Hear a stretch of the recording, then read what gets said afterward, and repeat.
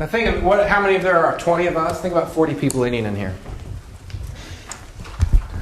The table that was made by McCormick, we talked about that being McCormick's house. McCormick came and worked for a number of years for Worthington building furniture for the house. He was a cabinet maker. He made a table that was in several parts that would be brought from, like this. This is a piece of the table here behind you. And they would be brought up and all put together, and the table could be longer. It's shorter now, so it's easier to get people in. The servers, these servers exist in properties in this house and in houses either designed by Latrobe or designed by Thomas Jefferson. And the idea behind them is that from a closet on this side, which you can look at when we go in there, you can put food and dishes on this and turn it into the room without coming into the room or without opening the doors. There have been two theories that I've heard about this. One theory is it's about heating the room. That if you have this room heated to a point where you're having dinner and it's comfortable, by using the system here, the turnaround system, that you can bring things into the room without ever opening a door and getting a breeze in. So you keep the heat in the room.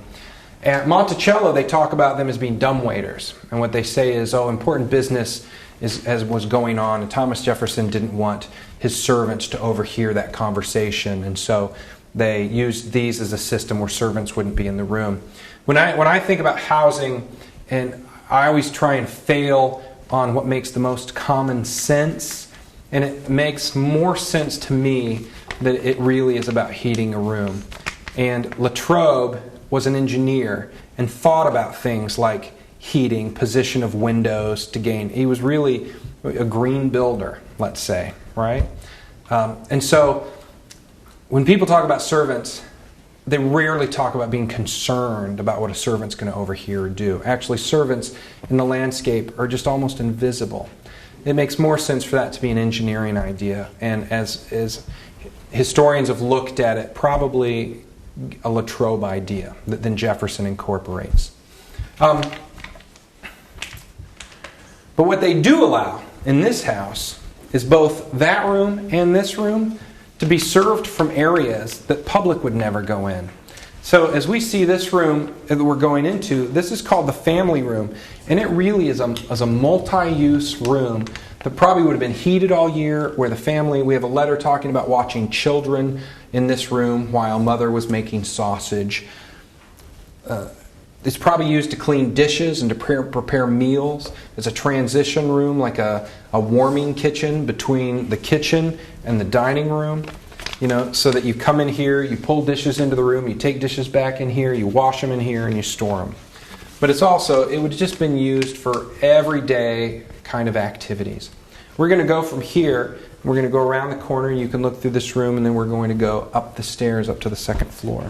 I said before, if you look at the very top step, the top step has the exposed graining, the original 1807 graining. Everything else has been regrained. But that very top step is actually the original surface. You can stick your head in all these three, and then we're going to move into the family rooms. Latrobe designed a house. This is almost a cube. You have those 4 public rooms downstairs, and you have 3 guest bedrooms upstairs with a trunk room, which probably was lodging for servants and storage of material. There was no connection between this side of the house and the family side of the house. Though we're going to go through a false door that's been put in. What happened is it's really 2 houses. It's a public house for visitors, for having them dinner and having them stay overnight. And there's a family townhouse attached to it with bedrooms for Worthington underneath, a parlor for Worthington, and 2 bedrooms for the children above. The entire family would have stayed on the east side of the house, right? The west side of the house, past this wall, is all given to public entertainment. All right?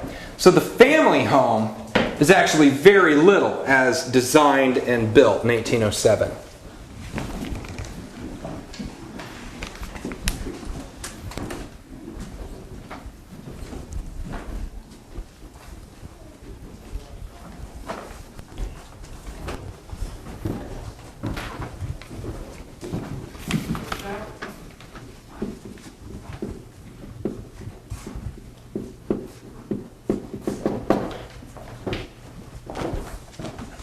When you come down this hall, you can also look out these windows and you'll be able to see out into the gardens. When you come down through this hall, you can look out the windows and see the gardens that are all to the east of the house.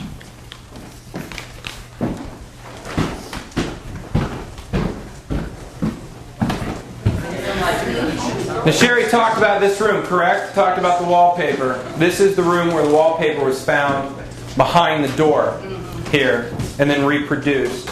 When I interpret this room or the house, what I like to say is this is one of the most authentic rooms that the society interprets. We have the original paint color here. We have the original built-in library. We have the original wallpaper and that has been reproduced, and the border. And we have a good description of what Worthington had in his library. And we have a couple good letters of Worthington talking to his sons about getting maps out of the library and some letters out of the trunk in the library. So we really had a good basis to put this room back with authentic artifacts, Worthington-owned artifacts, and with color. But this is, I think, one of the keystones as well of the project. When everything was found in this room, then every other decision made in the house was kind of based off the types of design ideas that were in this room, where you had wallpaper colors that matched the paint, which is very unusual for the period, and then you had a pattern that frankly wasn't a masculine pattern, but a fairly feminine pattern wallpaper. And that bookshelf where the door was? It was behind this bookshelf is where the door was. The door casing somewhere right about here that then was removed. And Jerry talked about that door being installed in 1829. And then when it came out, that the wallpaper, did she talk about the book that was found at Winterthur, wrapped with the same wallpaper, dated in 1806? So it was a diary dated 1806 that had the same wallpaper used as a cover. And so it was really, really good documentation that when we had the receipt from 1807 that it was this paper. So this room really turned together, and I think turned the project around, and it's been, was really kind of a lightning bolt kind of find that really pushed the rest of this restoration forward with a key to authenticity. Any questions about anything we've looked at, seen? And we kind of rushed through the house. Sorry, if you ever come back, you'd get a very different interpretation, and you'd probably hear things. You come back 3-4 times, probably hear something different every time, just because we left a lot out. But then also, you know, I get all psyched about our houses. This is what I do, and so I walk through here and I love it. I'm sure you walk through here and go, at least we're not outside. Yeah.